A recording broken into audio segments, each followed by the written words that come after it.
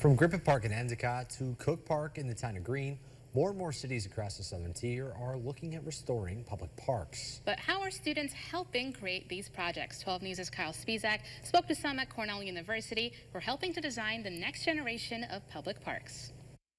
Parks across the southern tier have seen upgrades come their way in the past couple of years as municipalities look to improve outdoor amenities for their community. What some people may not know is that for some projects, students at Cornell have been behind the initial design process. Of municipalities and nonprofits.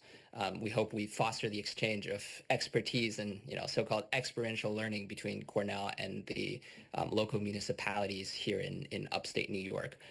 Edward Guo is the co-director of Design Connect at Cornell, a program that gives students the opportunity to get hands-on experience working with communities and municipalities to design community projects like renovating local parks.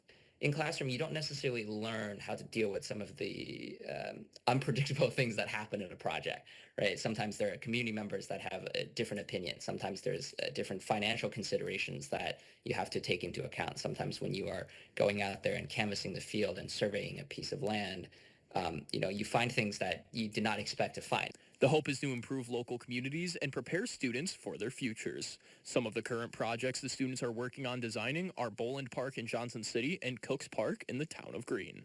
I'm Kyle Spizak, 12 News, Broome County.